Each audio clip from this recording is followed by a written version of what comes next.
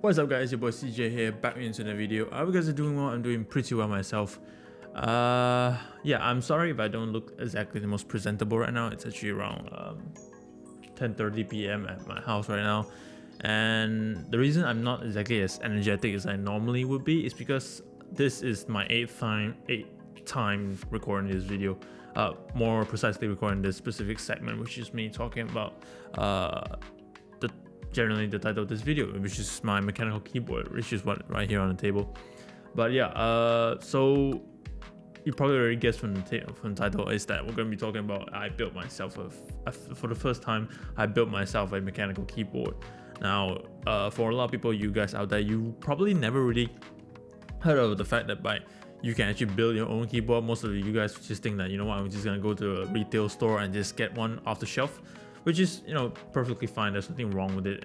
The reason being I decided to build my own is because I have specific requirements that I want for myself, and I use keyboard on a daily basis, not just for editing, also for coding and stuff. I'm an AI student, as some of you guys already might know, but for those of you who don't, now you do. So on to our topic, which is mechanical keyboard.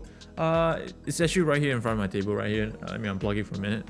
So yeah, so this is actually the keyboard itself. I'm not sure you can see that, but yeah, this is the keyboard itself. It's a KBD Fans Tofu 65% keyboard, which means I don't have the giant numpad and the function row above, and all the arrow keys are just smushed together, which is sorry, it's this side. So yeah, overall,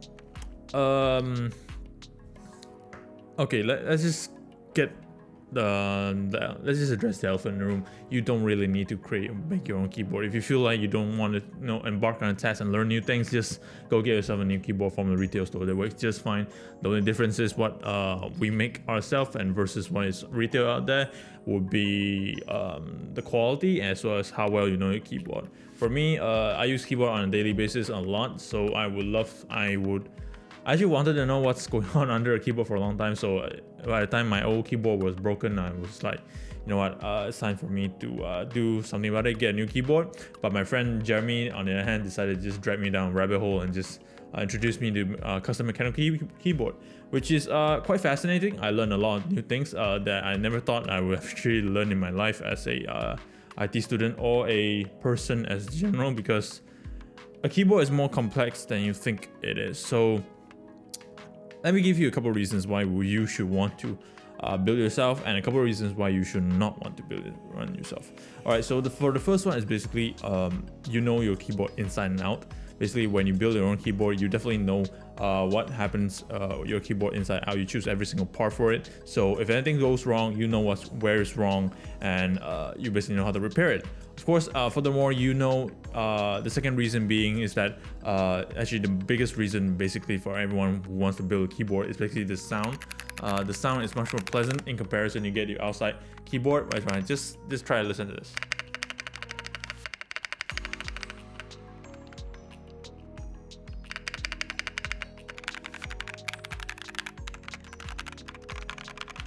So yeah, you might think that, you know, this sounds like a normal keyboard, but I will give you guys a sound comparison between a normal keyboard and this keyboard in a minute, but I just want to get out all the reasons first. Of course, the third reason being you get to customize it 100%. So if you are like me and you like to customize yourself to make to express your own personality, like I do, like for example this keyboard, I like the legends which is the wordings, gold. I like them in gold and I like them in black. Unfortunately, they don't have specifically all in gold and black. If there are, but they are kind of hard to come by, and this is the best I can get on my hands on right now. And overall, I'm pretty proud of it. There's a giant brass plate behind this thing too. I'm not sure you can see that, but it's right there. It's a giant brass plate. This yellow thing is brass plate. So I have a brass plate as well. Of course, furthermore, that's probably the three main reasons I would say that why you should want to build your own keyboard. Here's a couple of reasons why you should not build your own keyboard instead. Number one is being that if you are a lazy person and you do not want to take care of your keyboard very well and you do not want to do maintenance on it, by maintenance I mean that if anything goes wrong, you are not the type to you're the type to just throw it out and build and just get a new one, then don't bother building your own keyboard. That's just a waste of money, alright, and waste of your time. Just get a new keyboard from a retail store and you'll be fine.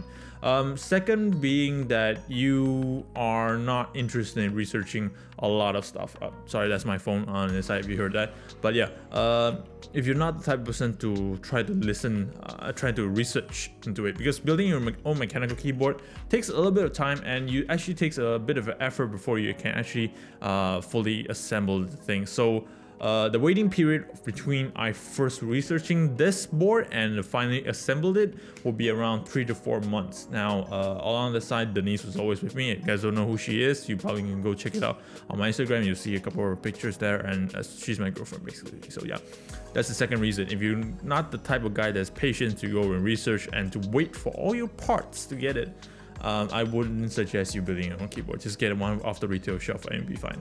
And thirdly, you really genuinely don't care. You don't care about how it sounds, how it feels. You just want something that works and you don't care about anything else, then don't bother building your own keyboard. Just don't bother at all. Like, it's gonna waste your time, and just get something off the shelf. And every keyboard out there works. The only difference is that between the quality and the time and amount of love you put into it. So that's basically the main difference between it. So yeah, that's 3 reasons why you should and why you shouldn't.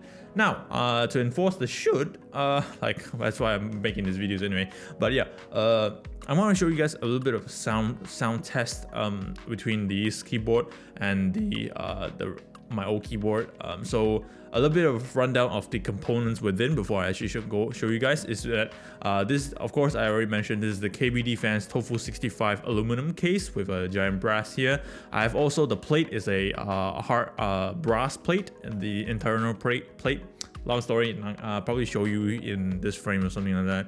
Yeah, that's the plate. And of course, we have also the PCB. My PCB in this case would be the DC65 RGB version 2, which is a hot swap board, meaning I can just open up this keycap and take out the switches within and change out new switches if I want to. I don't need to solder and desolder, which is an amazing thing, by the way. It will save you a lot of time. And of course, I'm using Glorious Holy Panda switches, they're basically the main component of what makes this keyboard works, and a clone JMK Samurai keycap. So yeah, that's a basic rundown of things. And now let's move on to the sound test. So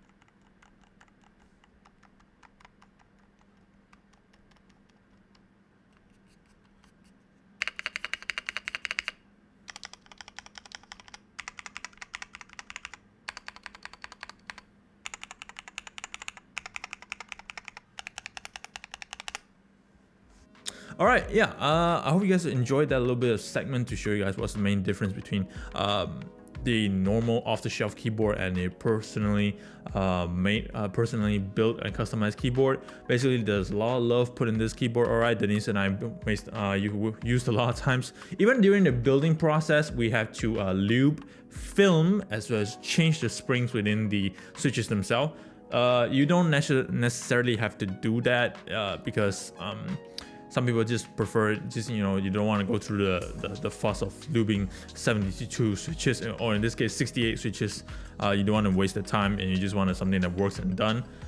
Probably not for you then, but for me and Denise, we enjoyed the process. We spent a lot of time in doing work together, and yeah, even though the end result came out a little bit funny because ideally one person should be doing the switches because of the consistency of the looping, but that's a whole other hornet's nest. I'm not gonna get too deep of it, but yeah, if you ask me whether or not should you get build your own keyboard, okay, as a photographer and a filmmaker, I would say that yes and no. Here's why. Yes, if you are the type that programs your keys to a lot of functions, and sometimes you feel that you'd rather program your keys yourself, coding in yourself, instead of like relying on third-party software like Razer Chroma or Corsair's. I have no idea what they are, but yeah, if you're the type that macro your keys a lot and you like to use the function key a lot, definitely go for it. And furthermore, and if you are the type that likes to customize yourself, make yourself personal pop, and of course, if you bring around your keyboard a lot, I know that outside retail keyboard, there are a lot of nice keyboards, but sometimes they rattle when you put inside the bag, and that's not nice. This board, no rattling whatsoever, because, well, at least I made it, so yeah. But yeah, that's a little bit excessive. But yeah, there's a lot of great benefits as to why we build our own keyboards. Rattling is basically just one of them. All right, basically. Furthermore, this is a quite a heavy boy. This is 1.5 kilograms keyboard, not something you get off the shelf. I like them heavy because they become more stable when you type on them. This is a personal preference, of course. Some people like them light, and of course, some people like them to carry around, or some people just like to have some condition in their hands, or just want to have some very unique boards. There are a lot of unique keyboards out there that are only accessible to own custom made, of course. So yeah, as a filmmaker and as well as a photographer, professional photographer, I would say that yeah, you should try to make your own keyboard because I would say that that's like another part of your tool to make content.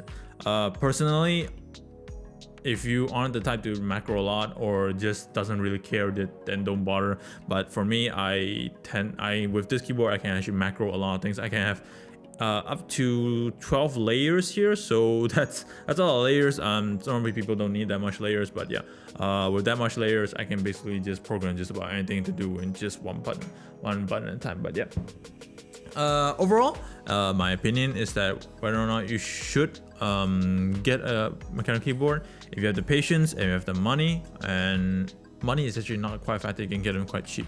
But yeah, if you have the patience and you enjoy customizing things and want to bring out your personality, do try and go ahead and make your own keyboard instead of buying something off the shelf, because you'll find that they actually help you out a lot. Not only they train your patience, because customizing your own keyboard actually takes a lot of time for the parts actually arrive at your house, so you probably will be training your patience quite a bit. But yeah, furthermore, if you're the type that uses a lot of shortcut, yeah, that's overall my basic review as a beginner into this little hobby, I guess. I wouldn't say I'm very big into this hobby. It's because of I don't know, they look about the same, except for a couple of keyboards that really catch my eye, and I'm gonna need them because of my carpal tunnel issues. That's a whole other nest altogether. But yeah, overall, Denise and I made this board. We're very happy with it. We're very happy, and it's very fun.